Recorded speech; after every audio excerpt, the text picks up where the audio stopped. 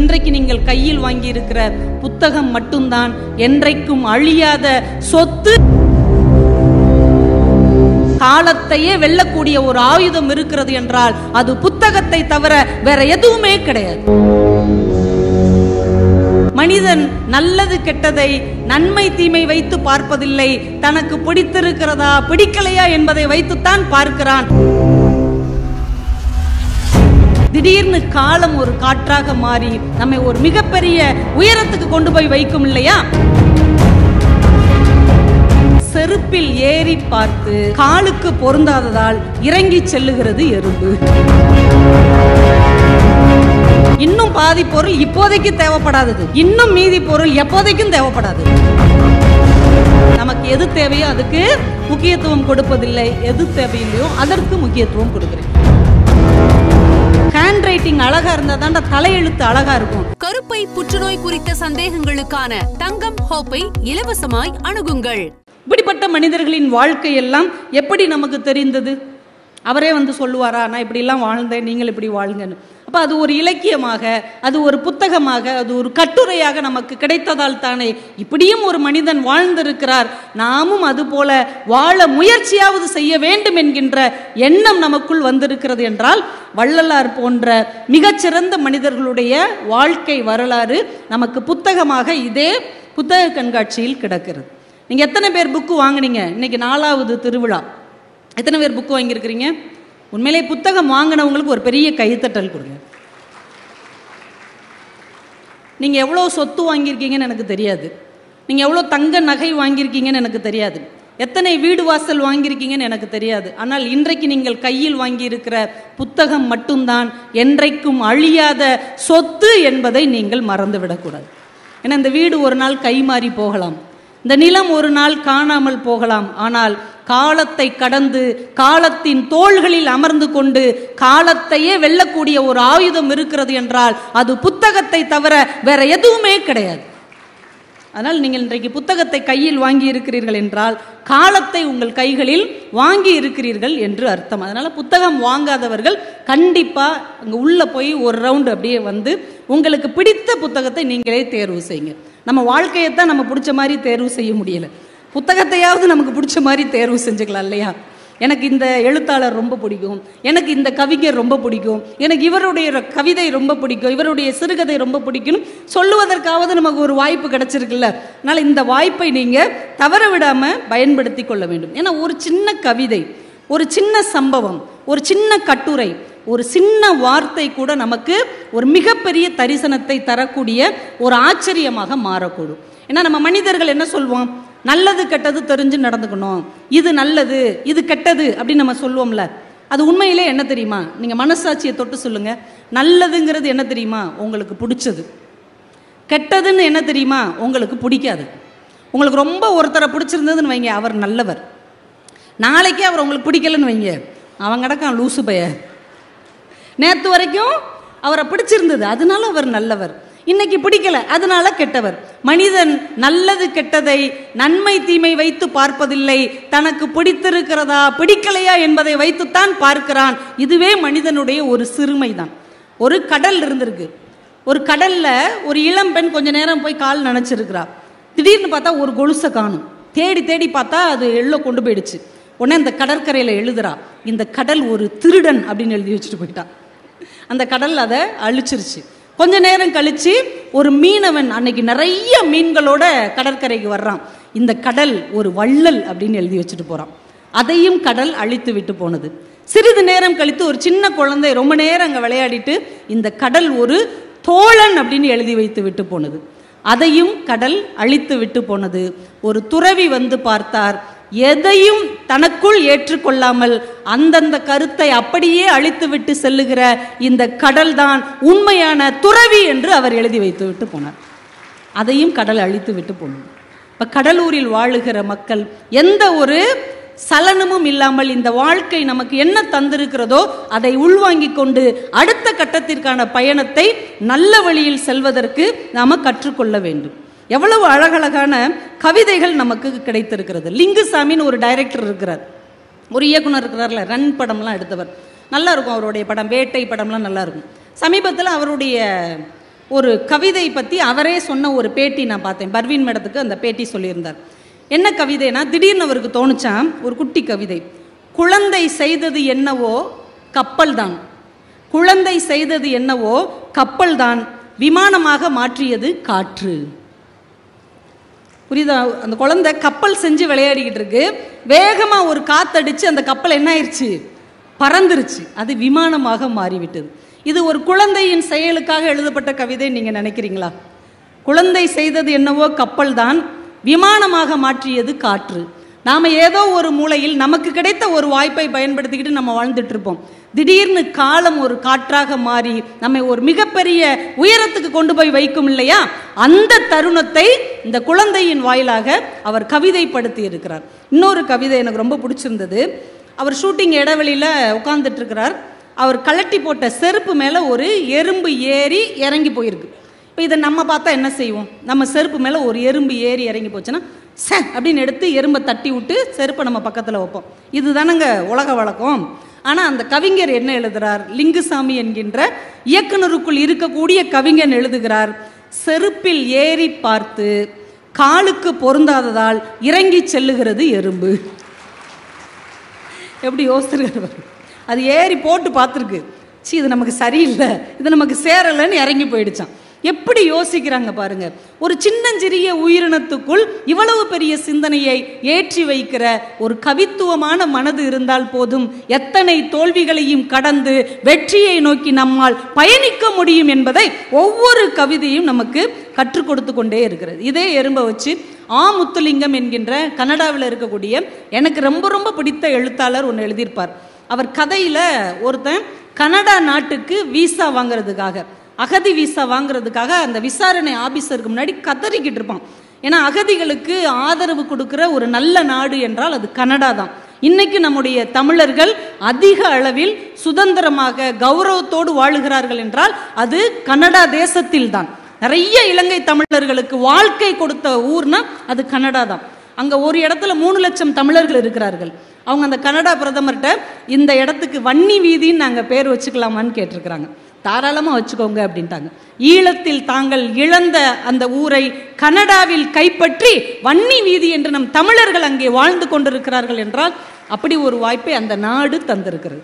அந்த நாட்டில் விசாரணை அதிகாரி முன்னாடி ஒரு அகதி உட்கார்ந்துருக்கிறான். அந்த அதிகாரிக்கு முன்னாடி ஒரு பெரிய மேஜை, அந்த மேஜையில் உலக வரைபடம் கண்ணாடிக்குள்ளே இருக்குது. இவன் இந்த பக்கம் உட்காந்துருக்கான், அதிகாரி அந்த பக்கம் உட்காந்துருக்கிறார். இவன் ஒவ்வொரு காரணமாக சொல்கிறான், என்னை எப்படியாவது நீங்கள் இங்கே சேர்த்துக்கணும், கன்னடாவில் சேர்த்துக்கிடணும் அப்படின்னு தான் பக்கம் இருக்கிற நியாயங்களை சொல்லிக்கொண்டே இருக்கிறான். அவர் சில கண்டிஷன் சொல்லிக்கிட்டே இருக்கிறார். இந்த வாக்குவாதம் நடந்து கொண்டே இருக்கிறது. அப்போது அந்த உலக வரைபடத்தில் இலங்கையிலிருந்து ஒரு எறும்பு நடந்து நடந்து நடந்து கனடாவை தாண்டி சென்று கொண்டு இருக்கிறது. அதுக்கு வீசா தேவையில்லை, யாருக்கும் பதில் சொல்லணும்னு அவசியமும் இல்லை. தான் எந்த இடத்தில் வாழ விரும்புகிறதோ அந்த இடத்தில் தனக்கான வாழ்க்கையை ஒரு எறும்பு கூட தேடிக்கொள்ள முடிகிறது. ஆனால் மனிதனான நம்மால் தேடிக்கொள்ளவே முடியவில்லை என்றால் நம்மை விட எறும்பு பெருசு தானே. எறும்பு எந்த ஆஃபீஸருக்காவது கை கட்டி பதில் சொல்லணுமா? 5 மணின்னா 5 மணிக்கு வரணும்னா வரணுமா? அது தேவையே இல்லை. ஆனால் நம்ம என்ன சொல்லுவோம், எறும்புன்னு மிதிச்சுட்டு போகிறோம். ஆனால் அது எவ்வளோ கௌரவமான ஒரு வாழ்க்கையை வாழ்ந்து கொண்டு இருக்கிறது. ஒரு ஜென் கவிதை ஒன்று உண்டு. ஜப்பானில் ஒரு தூங்கும் எரிமலை ஒன்று உண்டு. அந்த நாட்டு இளைஞர்களுக்கெல்லாம் ஒரு கனவு என்ன அப்படின்னா, அந்த எரிமலைக்கு மேலே ஏறி நின்று நான் ஜெயிச்சிட்டேன் அப்படின்னு சொல்கிறது. நம்ம ஊரில் எவரெஸ்ட்டில் ஏறுற மாதிரி அதில் ஏறிட்டா அது பெரிய சாதனை, அது பெரிய கௌரவம். ஒரு இளைஞன் அந்த ஃபியூஜி அப்படிங்கிற எரிமலை மேலே ஏறிட்டான். கஷ்டப்பட்டு ஏறி மேலே ஏறி நின்று பெருமிதமாக நான் ஜெயிச்சிட்டேன் அப்படின்னு கத்திக்கிட்டே கீழே பார்க்குறான். அவன் கால்களை தாண்டி ஒரு எறும்பு அது பாட்டுக்கு போயிட்டே இருக்கு. அதுவும் எரிமலையில் ஏறிடுச்சு, உயரத்தை தொட்டு விட்டது. அது யாருக்கிட்டையும் பெருமைப்படுத்தலை, அது யாருக்கிட்டையும் கர்வப்படலை, அது சர்வசாதாரணமாக போய்கொண்டிருக்கிறது. அந்த கணத்தில் அந்த இளைஞன் ஒரு ஜென் துறவியாக மாறினான் என்று அவர் வாழ்க்கை வரலாறு சொல்லுகிறது. ஒரு சாதாரண எறும்பு சர்வசாதாரணமாக செய்கிற ஒரு செயலை பெரிய பெருமை என்று மனிதன் நினைத்து கொண்டிருக்கிறோம். இப்போ மனிதன் எப்படிப்பட்டவன் நமக்கு தெரியுதா? அவன் மகத்தானவன் இல்லை. சின்ன சின்ன உயிரினங்கள் செய்யக்கூடிய சாதாரண செயலை கூட சாதனையாக நினைக்கக்கூடியவனாக இந்த மனிதன் இருக்கிறான் அப்படிங்கிறது ஒரு பெரிய ஆச்சரியம்.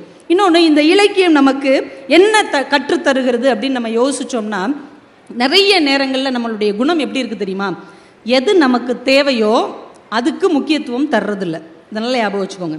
எது நமக்கு தேவையோ அதுக்கு நாம் முக்கியத்துவம் தருவதில்லை. எது நமக்கு தேவையில்லையோ அதற்கு நாம் அதிக முக்கியத்துவம் தருகிறோம். இது உண்மையாக இருந்தால் கைத்தட்டுங்க, நான் உங்களுக்கு நிரூபித்து காட்டுறேன். நீங்கள் வீட்டுக்கு பலசரக்கு வாங்கணும், அதெல்லாம் ஒரு லிஸ்ட்டில் எழுதுங்க. முன்னாடிலாம் பலசரக்கு கடையில், அண்ணாச்சி கடையில் வாங்கும்போது ஒரு பேப்பரில் எழுதிட்டு போவோம்ல, அதே மாதிரி எழுதுங்க. ஒரு 10 பொருள் எழுதிட்டு டிபார்ட்மெண்டல் ஸ்டோருக்கோ இல்லை பெரிய ஷாப்பிங் மாலில் உள்ள அந்த கடைக்கோ போங்க. போய் பர்ச்சேஸ் பண்ணுங்க. திரும்பி வீட்டுக்கு வாங்க. எத்தனை பொருள்னு எண்ணி பாருங்க. குறைந்தபட்சம் 25 பொருள் வாங்கிட்டு வந்திருப்பீங்க. நீங்கள் எழுதிட்டு போனது 10 பொருள், நீங்கள் வாங்கிட்டு வந்தது 25 பொருட்கள். அந்த மீதி 15 பொருளில் பாதி பொருள் உங்களுக்கு தேவையே இல்லாதது, இன்னும் பாதி பொருள் இப்போதைக்கு தேவைப்படாதது, இன்னும் மீதி பொருள் எப்போதைக்கும் தேவைப்படாதது. ஆனால் அதுதான் விலை கூடுனதாக இருக்கும். நீங்கள் நல்லா யோசிச்சு பாருங்கள், ஆண்கள் கவனித்து பாருங்கள். உள்ளே நுழைஞ்ச உடனே 3 டப்பா 100 ரூபாயாங்க, 2 எடுத்துக்கிறோம். ஏற்கனவே 10 டப்பா சும்மா தானே இருக்குது, இருக்கட்டும் எதுக்கும் தேவைப்படும், டக்குன்னு அதை எடுத்து வைப்போம். 2 கிலோ ஷாம்பு வாங்கினா, 2 லிட்டர் ஷாம்பு வாங்கினா 2 லிட்டர் ஷாம்பு ஃப்ரீயா, அதையும் எடுத்துக்குவோம். ஏமா ஏற்கனவே வீட்டில் 1/2 லிட்டரு ஷாம்பு இருக்குல்லம்மா, எனக்கு ஷாம்பு தேவையே இல்லை, நீ மாதத்துக்கு 2 தடவை தான் தலைக்கே குளிக்கிற, இது எதுக்கு, இருக்கட்டும், ஒரு லாபம் தானே, அதையும் வாங்கிக்கிடுவாங்க. உடனே கணவர் பார்ப்பார், இவ ஒன்று வாங்கும்போது நம்ம சும்மா இருக்கணுமா, இந்த கிவி பழம் 2 பாக்கெட் எடுத்து போடு, ஏன் வீட்டில் தான் திராட்சை பழம் இருக்குல்ல, அதுவும் இருக்கட்டும் இதுவும் இருக்கட்டும். வீட்டுக்கு வந்து பார்த்தீங்கன்னா தேவைப்படுகிற 10 பொருளுக்கு ஆன செலவை விட தேவைப்படாத 15 பொருளுக்கு நீங்கள் செலவு செய்தது தான் அதிகமாக இருக்கும். இப்போ தெரியுதா, நமக்கு எது தேவையோ அதுக்கு முக்கியத்துவம் கொடுப்பதில்லை, எது தேவையில்லையோ அதற்கு முக்கியத்துவம் கொடுக்குறேன். இன்னும் எளிதாக சொல்கிறேன். உங்கள் எல்லார் கையிலையும் ஒரு மொபைல் ஃபோன் இருக்குல்ல, இந்த மொபைல் ஃபோனில் நீங்கள் காலையில் வீட்டில் உள்ள ஆண் உட்காந்துருக்கீங்கன்னு வைங்க, வீட்டம்மா சொல்கிறாங்க, ஏங்க இந்த கிரைண்டர்கிட்ட லைட்டாக ஷாக் அடிக்கிற மாதிரி இருக்குது, எர்த்தடிக்கிற மாதிரி இருக்குது, அந்த எலக்ட்ரிஷியனுக்கு ஒரு ஃபோன் போடுங்க. உடனே நீங்கள் ஃபோனை எடுக்கிறீங்க, எடுத்த உடனே வாட்ஸ்அப்பில் ஏதோ நோட்டிஃபிகேஷன் வந்திருக்கு, என்னன்னு உள்ளே பார்க்குறீங்க, தமிழனாக இருந்தால் ஷேர் பண்ணு. ஐயோ நான் தமிழன் தான் நீங்கள் ஒரு 10 பேருக்கு ஷேர் பண்ணுறீங்க. பார்த்தா இன்னொரு நோட்டிஃபிகேஷன் வந்திருக்கு, நீ இந்தியனாக இருந்தால் இதை ஷேர் பண்ணு. ஐயோ நான் இந்தியனும் தான் அப்படின்னு மறுபடி நீங்கள் ஷேர் பண்ணுறீங்க. இன்னொரு பதிவு, நீ மனிதனாக இருந்தால் இதை 100 பேருக்கு ஷேர் பண்ணு. உடனே நம்ம மனிதனாக இருக்கிறோங்கிறத நிரூபிக்கிறதுக்கு 100 பேருக்கு ஷேர் பண்ணிடுவோம். அப்புறம் பார்த்தா ஃபேஸ்புக்கில் யாரோ ஒரு பதிவு போட்டிருப்பாங்க, அதுக்குள்ளே புகுந்து அவங்கக்கிட்ட திட்டி லைக் பண்ணி ஹார்ட் போட்டு அது ஒரு 1/4 மணி நேரம் ஓடிடும். அப்புறம் ரீல்ஸ் எடுத்து பார்த்து, என்னம்மா இந்த பொண்ணு டான்ஸ் ஆடுது, அழகா ஆடுது, இப்படின்னு ஒன்றா பார்த்துட்டு வெளியே வந்தீங்கன்னா 40 நிமிஷம் ஆயிருக்கும். ஆனால் எதுக்கு இந்த ஃபோனை எடுத்தீங்கன்னு உங்களுக்கு மறந்து போயிருக்கும். எதுக்கு எடுத்தோன்னு யோசிச்சுட்டு இருக்கும் போதே அந்த அம்மா கேட்கும், எலக்ட்ரிஷியனுக்கு ஃபோன் பண்ணிங்களா, இதை பண்ணிகிட்டு இருக்கேன். தேவையே இல்லாமல் 40 நிமிடம் உங்களுடைய வாழ்க்கையில் வீணாக போயிருக்கும். இப்போ உங்களுக்கு ஞாபகம் இருக்கா, எது தேவையோ அதுக்கு முக்கியத்துவம் கொடுக்கறதில்ல, எது தேவையில்லையோ அதற்கு நாம் முக்கியத்துவம் கொடுத்து கொண்டிருக்கிறோம். அதை நமக்கு நினைவுபடுத்துவது இலக்கியமாக இருக்கிறது. நீங்கள் கொஞ்சம் அந்த நேரத்தில் புத்தகத்தை கையில் வைத்து கொண்டீர்கள் என்றால் இந்த வாழ்க்கை அர்த்தமுள்ளதாக மாறும். இந்த மொபைல் வர்றதுக்கு முன்னாடியும் ஒரு வாழ்க்கை நம்ம வாழத்தானே செஞ்சோம். இந்த மொபைல் வர்றதுக்கு முன்னாடி நம்மளாம் வாழலையா? பூமியை தோண்டி உள்ளே உட்காந்துக்கிட்டோமா? வாழ்ந்தோம்ல. இந்த வாழ்க்கை எப்படி இருந்துச்சு யோசிச்சு பாருங்க. யார்கிட்டையும் எதுவும் பேசணும்னா ஒரு கடிதம் எழுதணும். ஞாபகம் இருக்கா? வீட்டில் பழைய ட்ரங்கு பட்டி எடுத்து பாருங்க. 70s 80s 90s கிட்ஸ் வரைக்கும் எல்லார் வீட்லேயும் ஒரு 10 கடிதம் கிடக்கும். நீங்கள் உங்கள் நண்பனுக்கு, உங்கள் பெரியம்மாவுக்கு, உங்கள் மாமாவுக்கு, உங்கள் அம்மா அப்பா உங்களுக்கு எழுதின கடிதமெல்லாம் செல்லரிச்சு போயிருக்கும் இல்லையா? அதை எடுத்து பாருங்க. உங்களுடைய அழகான கையெழுத்து அதில் முத்து முத்தாக இருக்கும். அதை படிக்கும் போதே அந்த காலத்தில் வாழ்ந்த பசுமையான நினைவுகள் மீண்டும் ஒரு முறை உங்கள் மனசில் அப்படியே வசந்தமாக மலரும். எப்படியெல்லாம் வாழ்ந்தோம், எப்படி ஒரு வாழ்க்கை நமக்கு வரமாக வாய்க்கப்பட்டிருந்தது அப்படிங்கிறத யோசித்து பார்க்கும்போது இன்னைக்கு வாழுகிற வாழ்க்கையின் அர்த்தமின்மை நம்ம ரொம்ப சோகத்தில் கொண்டு போய் ஆழ்த்தக்கூடியதாக இருக்கும். நானும் நிறைய எடுத்து வச்சிருக்கேன், ஆனால் நேரத்தின் அருமை கருதி நான் டக்குன்னு ஒரு 3 விஷயம் சொல்லிட்டு முடிச்சிடுறேன். சரிங்களா? ஓகேவா? டீல் இல்லையா? பேசி தொலைன்றீங்களா? பேசுன்றீங்களா? சரி ரைட். நாரும்பு நாதன் அப்படின்னு ஒரு எழுத்தாளர், எங்கள் திருநெல்வேலியை சேர்ந்தவர், ரொம்ப அற்புதமான ஒரு மனிதர். ஒரு வங்கியில் வேலை பார்த்து ஓய்வு பெற்றவர். நெல்லை புத்தக கண்காட்சிக்காக அவ்வளவு மெனக்கிடக்கூடிய ஒரு நல்ல எழுத்தாளர், ஒரு நல்ல கவிஞர். ஒரு 10-15 நாளைக்கு முன்னாடி அவர் இறந்து போயிட்டார். திடீர்னு ஹார்ட் அட்டாக் வந்து. அவர் ஒரு புத்தகத்தில் கையெழுத்து அப்படின்னு ஒரு கதை எழுதியிருக்கிறார். அந்த கதையை படித்த உடனே நீங்கள் அப்படியே ஒரு வாழ்க்கையில் ஒரு ரிவைன் பண்ணி போவீங்க பாருங்கள். முருகேசன் ஒருத்தர், சுருக்கமாக சொல்லிடுறேன். முருகேசன் ஒருத்தர் பேங்க்கில் கிளர்க்காக இருக்கிறார். திடீர்னு ஒரு நாள் பார்க்குறாரு, ஒரு வயதானவர் பென்ஷன் வாங்குகிற சலான் எடுத்துக்கிட்டு இவர் முன்னாடி வந்து, தம்பி இந்தாங்க அப்படின்னு நீட்டுறார். பார்த்த உடனே இவருக்கு பக்குன்னு இருக்குது. ஏன்னா அவர் இவருடைய ஆங்கில வாத்தியார். 7ஆம் வகுப்பு படிக்கும் போது இங்கிலீஷ் சொல்லி கொடுத்தவர். இப்போ முடி நரைச்சா கூட நம்ம வாத்தியாரை நமக்கு ஞாபகம் இருக்கும், வாத்தியாருக்கு தான் நம்மளை ஞாபகம் இருக்காது. நமக்கு நம்ம டீச்சரை சாரை நல்ல ஞாபகம் இருக்கும். படக்குன்னு இவர் இருந்துச்சு, sir sir Shankar Narayanan sir தானே? ஆமாப்பா. நீங்கள் யார்? சார் நான் தான் சார் முருகேசன், உங்ககிட்ட 7ஆம் கிளாஸ் படித்தேன். அப்படியாப்பா, பேங்க்கில் வேலை பார்க்குறியா? சந்தோஷம்ப்பா. டீலாம் கொடுத்து பேசிக்கிட்டு இருப்பார். என்ன சார் ரிட்டையர்ட் ஆகிட்டேன்ப்பா, அதான் பென்ஷன் வாங்க வந்தேன். சரி சார் நான் கொடுத்துட்றேன்ட்டு ஒவ்வொரு மாதமும் அவர் வரும்போது இவர் டக்கு டக்குன்னு அவருக்கு கிளியர் பண்ணி கொடுப்பார். இப்படியே ஒரு 10 வருடம் போகிறது. சார் எழுதி கொடுக்குறாரு, இவர் அந்த சலானை மூவ் பண்ணுறாரு. சைன் மிஸ் மேட்ச் அப்படின்னு திரும்பி வருது. உடனே இவர் மேனேஜர்கிட்ட போய், சார் அவர் என்னுடைய ஆசிரியர் தான், வயசானவருங்கிறதுனால ஏதோ சைன் மிஸ் மேட்ச் ஆகுது, நான் வேணா அதுக்கு கடிதம் எழுதி தர்றேன், நீங்கள் வந்து தயவு செஞ்சு இதை ஓகே பண்ணணும். சரிப்பான்னு அவர் ஓகே பண்ணுறார். இதே மாதிரி 1 தடவை 2 தடவை 3 தடவை நடந்துருது. மேனேஜர் சொல்லிட்டார், இனிமேல் அந்த மாதிரி பண்ண முடியாதுப்பா, ஒவ்வொரு தடையும் சைன் மிஸ் மேட்ச் ஆனால் அதை அக்செப்ட் பண்ண முடியாது, நீ உங்கள் சார்கிட்ட சொல்லிடு. சார் பக்கத்தில் இவர் சொல்கிறதுக்காக போகிறாரு. இவர் 7ஆம் வகுப்பு படிக்கும் போது நடந்த சம்பவம் ஞாபகம் வருது. ஏன்னா கையெழுத்துக்காகவே பெரம்படி வாங்கினவர் இவர். கோழி கிண்டுன மாதிரி கிண்டுவார் முருகேசன். அந்த வாத்தியார் முட்டியிலே அடிச்சிருக்கிறார். டே இப்படிலாம் எழுதுனா எவன்டா உனக்கு மார்க் போடுவான், ஹேண்ட் ரைட்டிங் அழகாக இருந்தால் தான்டா தலையெழுத்து அழகாக இருக்கும், பாரு சார் எப்படி எழுதுறேன்னு போர்டில் அவர் எழுதி போட்டார்னு அந்த சேர்த்தெழுத்து அப்படியே ஜீனி முட்டாயை அப்படியே வளைச்சி வளைச்சி விட்டா எப்படி இருக்கும், அது மாதிரி கண்ணில் ஒத்திக்கிற மாதிரி இருக்கும். அப்படி ஒரு எழுத்துக்கு சொந்தக்கார ஆசிரியர்கிட்ட கோழி கிண்டுன மாதிரி கிண்டுன முருகேசன் உங்கள் கையெழுத்து சரியில்லைன்னு எப்படி சொல்கிறது?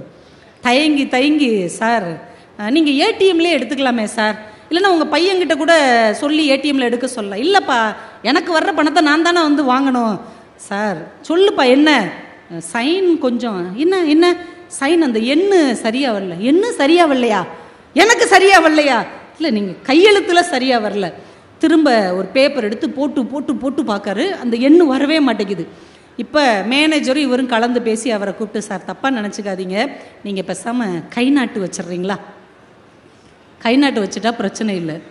இப்போ நான் இங்கிலீஷ் வாத்தியா இருப்பா, அப்போயுமே நான் பிஏபிடி படித்து அசிஸ்டன்ட் ஹெட் மாஸ்டராக இருந்து ரிட்டையர்ட் ஆனவன்ப்பா, என்னையை போய் கை நாட்டு வைக்க சொல்கிறேன். இல்லை சார் அது ஒன்றும் தப்பு இல்லை சார், உங்களுக்கு கை நடுங்குதில்ல. இல்லை நான் வேணா வீட்டுக்கு போய் 1 வாரம் நல்லா ப்ராக்டிஸ் பண்ணிவிட்டு அப்புறமேட்டி வரட்டுமா அப்படிங்கிறார். இவங்களுக்கு என்ன சொல்லனே தெரியல. இப்போ ஆசிரியரோட மகன் வர்றான், என்ன பிரச்சனை? இல்லை சார் கை நாட்டு வச்சா பிரச்சனை தீர்ந்துடும். எப்பா கை நாட்டு வச்சு தொலைப்பா, உன் கூட பெரிய ரோதனையாக போச்சு, என்னைக்கோ ஒரு நாள் நீ வாத்தியாராக இருந்தால் அதை சொல்லி சொல்லி காமிச்சிட்டே இருப்பியா, கை நாட்டு வச்சுட்டு வா அப்படின்னு கோமா சொல்லிட்டு வாசலுக்கு போயிடுறான். அவருக்கு மறுத்தே பேச முடியலை. இவர் எடுத்து அந்த ஸ்டாம்பை கொடுக்குறாரு. இவர் கையை அப்படி உருட்டி அதில் கை நாட்டு வைக்கிறார். அந்த ஆசிரியருடைய கண்ணீர் துளியும் அதில் சேர்ந்தே விழுந்தது. கருப்பை புற்றுநோய் குறித்த சந்தேகங்களுக்கான தங்கம் ஹோப்பை இலவசமாய் அணுகுங்கள்.